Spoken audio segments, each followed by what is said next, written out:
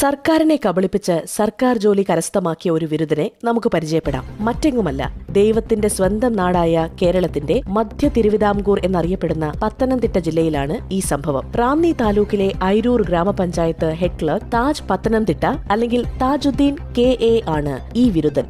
Report കാണാം.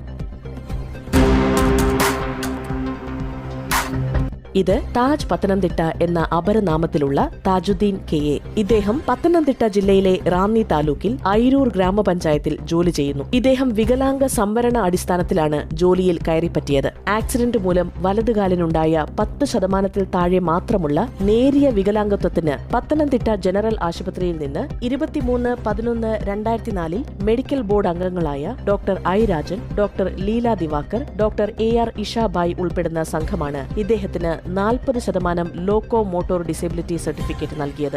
മുട്ടിനുണ്ടായ പേശിവലിവ് കാരണം നടക്കുവാൻ പറ്റാത്ത അവസ്ഥയാണ് ലോക്കോ മോട്ടോർ ഡിസേബിലിറ്റി. എന്നാൽ താജുദ്ദീൻ യാതൊരു കുഴപ്പവുമില്ലാത്ത വ്യക്തിയാണെന്നതും അയാൾ ഭാര്യയുടെ പേരിലുള്ള സ്വന്തം ട്രൂപ്പായ കലാരംഗ് പത്തനംതിട്ടയുടെ വിവിധ പ്രോഗ്രാമുകളിൽ നൃത്തം ചെയ്യുന്നുണ്ട് എന്നതും പ്രത്യക്ഷത്തിൽ യാതൊരു കുഴപ്പവുമില്ല എന്നുള്ളതും വസ്തുതയാണ്. ഇദ്ദേഹത്തിന്റെ സ്വന്തം പേരിലുള്ള Maruti Suzuki XL6 KL 33 Q6118 എന്ന വാഹനത്തിന് വികലാംഗ സർട്ടിഫിക്കറ്റ് ഇല്ല. വാഹനത്തിന് വികലാംഗർ ഉപയോഗിക്കുന്ന രീതിയിൽ യാതൊരു രൂപമാറ്റവും വരുത്തിയിട്ടില്ല. ഇദ്ദേഹം സ്വയം വാഹനമോടിച്ചാണ് കുമ്പഴയിൽ നിന്നും പഞ്ചായത്തിലേക്ക് വരുന്നത്. 40% ലോക്കോ മോട്ടോർ ഡിസേബിലിറ്റി ഉള്ള വ്യക്തിക്ക് രൂപമാറ്റം ചെയ്യാത്ത മാനുവൽ ഗിയർ ഉള്ള വാഹനം ഓടിക്കുവാൻ സാധ്യമല്ല. വികലാംഗർ ഓടിക്കുന്ന വാഹനത്തിൽ വാഹനം നിയന്ത്രിക്കുന്ന ക്ലച്ച്, ആക്സിലേറ്റർ, ബ്രേക്ക് തുടങ്ങിയവ സ്റ്റിയറിംഗിന്റെ തൊട്ടു താഴെ കൈകൾ കൊണ്ട് പ്രവർത്തിക്കാവുന്ന രീതിയിലായിരിക്കണം എന്നുള്ളത് മോട്ടോർ വകുപ്പിന്റെ നിയമമാണ്. 40% ലോക്കോ മോട്ടോർ ഡിസേബിലിറ്റി കാലിനുള്ള ഒരു വ്യക്തി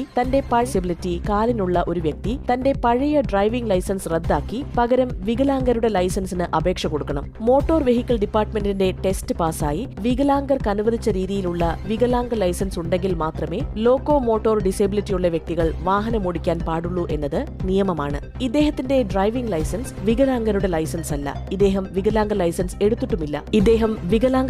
എടുത്തിട്ടുമില്ല. ഒരു ഗവൺമെന്റിന്റെ 2 വകുപ്പുകളിൽ നിന്ന് ഒരു വ്യക്തിക്ക് 2 തരം സർട്ടിഫിക്കറ്റാണ് നൽകിയിരിക്കുന്നത്.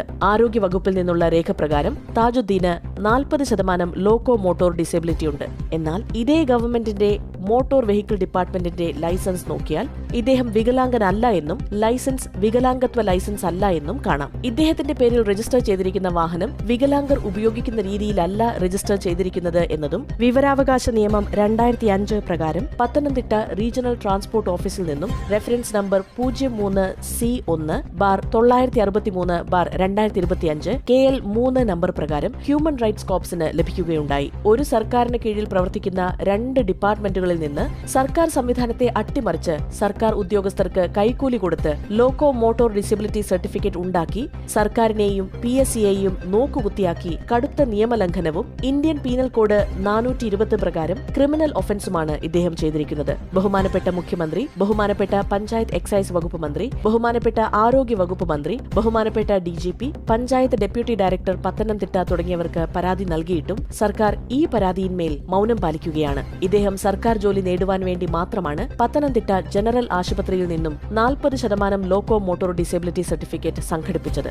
ഇദ്ദേഹം സർവീസിലിരിക്കെ 5 തവണ നിയമ നടപടികൾക്ക് വിധേയനായിട്ടുള്ള വ്യക്തിയാണ്. ക്രൈസ്തവ മതത്തെയും പാസ്റ്റർമാരെയും അവഹേളിക്കുന്നത് ഇദ്ദേഹത്തിന്റെ ഒരു നിത്യ തൊഴിലാണ്. രാത്രികാലങ്ങളിൽ സ്ത്രീകൾക്ക് അശ്ലീല സന്ദേശം അയക്കുക, വീഡിയോ കോൾ ചെയ്യുക തുടങ്ങിയ കേസിൽ പ്രതിയുമാണ്. ഇദ്ദേഹം തികഞ്ഞ ഒരു കൈക്കൂലിക്കാരനുമാണ്. നേരിട്ട് പണം വാങ്ങാതെ പല അനാഥാലയങ്ങൾ കേന്ദ്രീകരിച്ചാണ് ഇദ്ദേഹം കൈക്കൂലി അയപ്പിക്കുന്നത്. ഇദ്ദേഹത്തിന്റെ എല്ലാ സാമ്പത്തിക സ്രോതസ്സുകളും അന്വേഷിക്കണമെന്നും ഇദ്ദേഹത്തിന്റെ ഭാര്യയുടെ പേരിലുള്ള കലാരംഗ് പത്തനംതിട്ട എന്ന സ്ഥാപനത്തിന്റെ വരവ് ചിലവ് കണക്ക് ആദായ നികുതി വകുപ്പ് പരിശോധന നടത്തണമെന്നുമുള്ള ആവശ്യവുമായി ഡൽഹി കേന്ദ്രമായി പ്രവർത്തിക്കുന്ന ഹ്യൂമൻ റൈറ്റ്സ് കോർപ്സ് കോടതിയെ സമീപിച്ചിരിക്കുകയാണ്.